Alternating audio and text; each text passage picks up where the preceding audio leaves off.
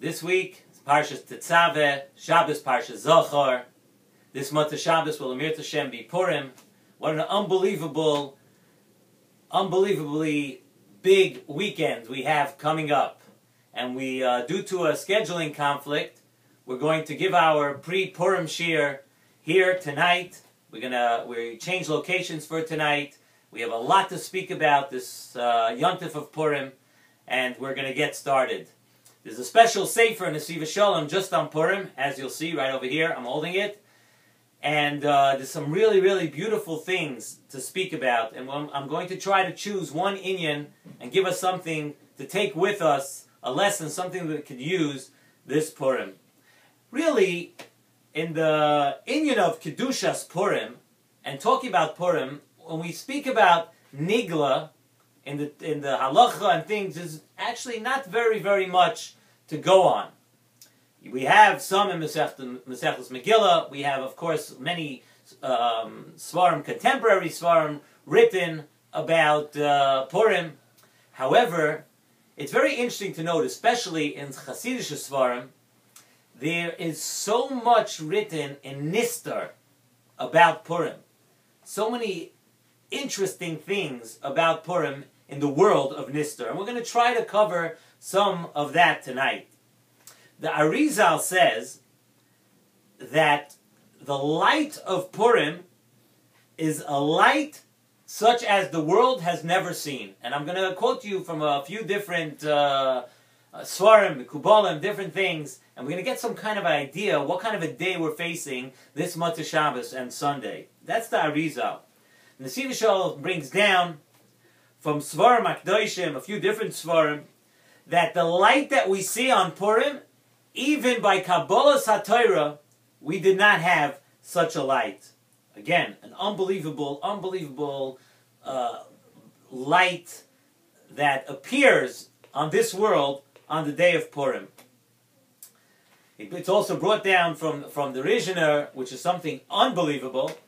The Rishner brings down that the light on Purim is greater than the light that is on this world on Yom Kippur. Really unbelievable things. The Pasuk says, the last Pasuk in this week's Parsha, Parshas Tetzaveh, the Pasuk says, V'chiper ha'aroin al karnoisav, achas b'shana midam chatas hakipurim. And then the Pasuk again says the words, Achas b'shana yichaper alav v'doreseichem, kodesh kodashim hu l'Hashem. What's interesting to note about this Pasuk, what we want to speak about, is that when the Pasuk quotes, that says, V'chiper Aaron, what it's talking about, the Pasuk says, in the Pasuk, twice here, in the same Pasuk, Achas b'shana. That verse, twice in the same Pasuk, Achas b'shana. Zok the Nesivos Shalom. That the two words, Achas b'shana, the reason it says the words Achas b'shana twice in the Pasuk, is to tell us that what it's really telling us is that there's one thing which we know. We know that the day of Yom Kippur is considered an Achas b'shana, but the Nesivos Shalom says, and he brings it down from other Svarim too, that the other Achas b'shana refers to the Yontif of Purim. And Achas means like one, a special time. And there's two special times of the year. There's Yom Kippur, which is the highlight of the year in Midas Hayira. And then there is Purim. And Purim is the highlight of the year in Midas Ahava. So really, why is it that way? Look at all these Maimorei Chazal. Look at all what the Hasidic Svarim bring down. Why is it that way? What is it about Purim that there was never a time like Purim? There hasn't been another time like Purim. So once we're talking Nistar, let's continue a thought and try to stay with me.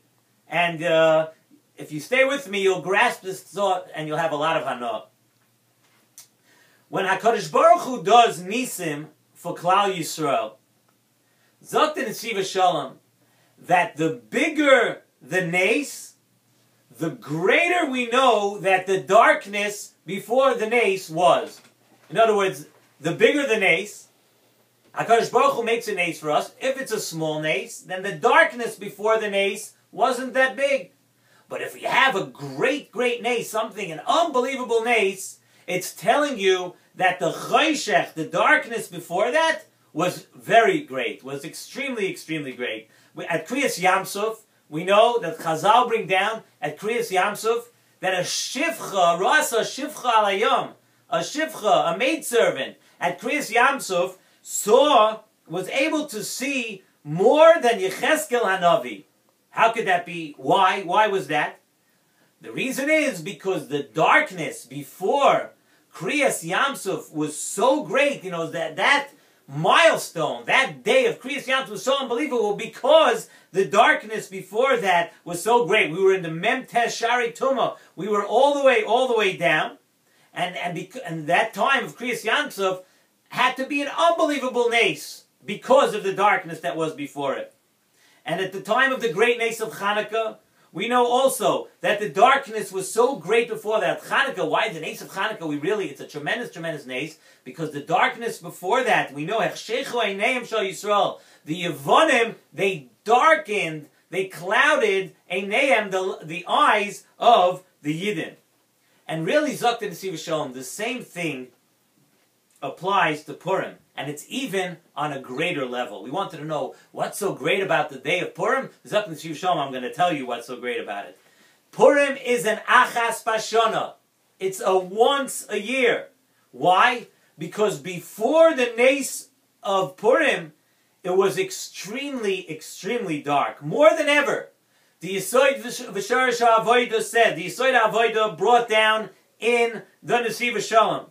He says that Mordechai, with the 5 letters, we know when we make a gematria, you could add the letters of the word. Mordechai, with the 5 letters added, adds up the gematria to a lashon, which in Lashon HaKodesh, which is Hey, Ayin, Daled, Reish, Heder, which means a lashon of being lost, a lashon of not being found. That Rachmana Litzlan in Shomayim, before the nace of Purim, they had already been geyser on Klal Yisrael, total destruction, that they would have been totally lost, chas v'shalom. That what was the gzeira? We know in the Megillah, lahashmid, laharoig, lahabed. That was the gzeira min hashamayim, and that was the gzeira that was on Purim. And since there was never such a severe gezar din, there was never such a gezar din on Klal Yisrael, lahashmid, laharoig, ulahabed. Since there was never such a gezar din, therefore, by the nace of Purim, the Gilui that came afterwards was also the greatest to ever happen to. And Zok the Nesivos Shalom, that the soid, the secret, the soid to all these Nisim and Yomim Tovim, Sai Yetzias Mitzrayim, Sai Kriyas Yamsuf, Sai Chanukah, and Sai Purim, which we're talking about right now, is that what? Through HaKadosh Baruch Hu's infinite love, Ava, for Klal Yisrael, that HaKadosh Baruch Hu was willing to cover up all the Averos, all the Pshoim with Ahava. Al Kol Pshoim Techase Ahava. That HaKadosh Baruch Hu, we were on a low madrega. It was extremely, extremely dark. And it required an unbelievably big nace. But HaKadosh Baruch Hu, in His Rachmanis, and HaKadosh Baruch Hu, in His love, in His Ahava, for Klal Yisrael, was ready to look away from our iniquities, from the Pshoim of Klal Yisrael. The Nesivos Shalom says that the Koyach Ahava that took place in the Nes Purim, where did it come from? It came from the Emunah and Bitochen from Mordechai HaTzadik. It's an unbelievable, if you think about it, if you pay attention when we're going to lay in the Megillah, or if you have paid attention in previous years, Mordechai HaTzadik says to Esther HaMalka, Revach ve'atzala yamoid la'Yehudim mimokai macher. Mordechai HaTzadik was saying in those words, there is no doubt. There's no doubt in my mind, and there is no way that HaKadosh Baruch Hu is going to want to carry through with this gezerah of lahashmid u'laharoi. The only question in the mind of Mordechai HaTzadik was only one thing: whether the nace would come through Esther Hamalka, or it would come through some other way, or somebody else. Revach v'hatzola yamid la'Yehudim mimokai macher. Esther Amalka, he was saying, if it's not going to happen through you, the emunah and bitachon is there. It's going to happen through someone else. The Medrash in Mishlei says that le'osid lavoi, all the mayadim, all the yomim toivim will be batel, except for Purim. Like it says in the Megillah, v'mei hapurim o'ele lo yavru.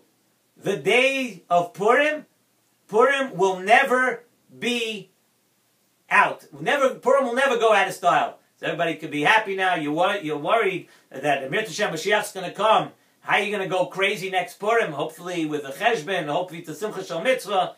Purim's going to stick around. You don't have to worry. So you don't have to finish all the wine this Purim.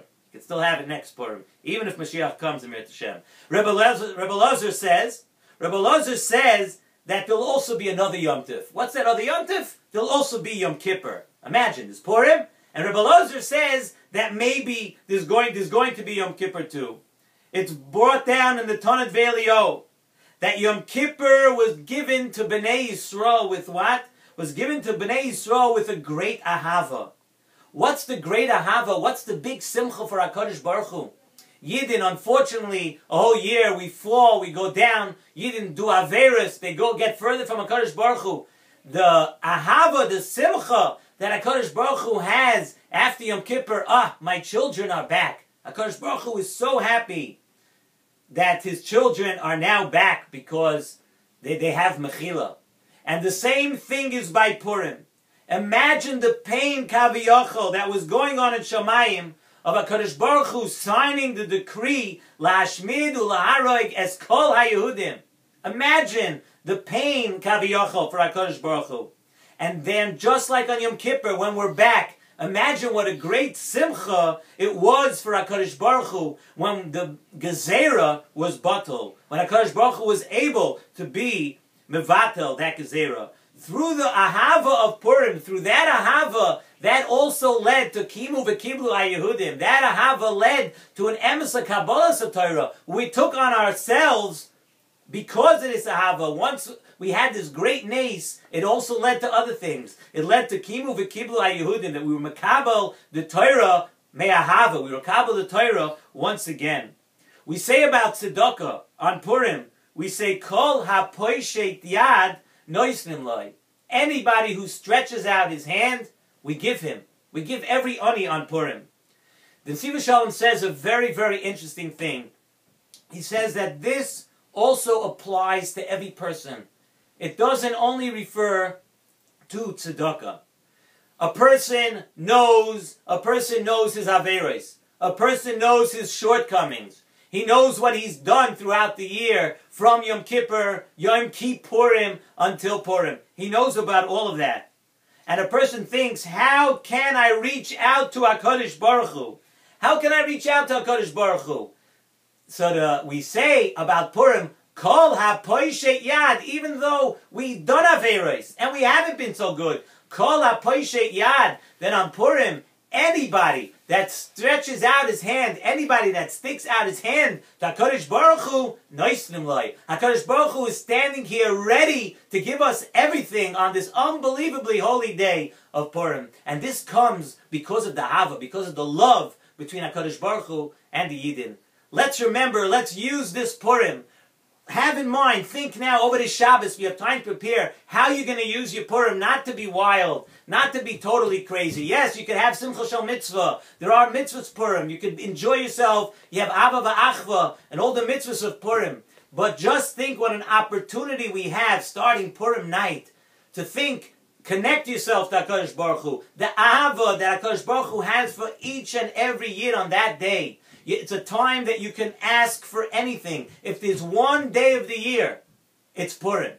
If there's one day that's something you really need, you want to ask for somebody else, you want to ask for yourself, you need something for your mishpacha, for your children, you need something, Purim is the day to do it. Let's use this Purim right, and Taka, even though the day of Purim is going to be around with us, let this be the last Purim in Galus.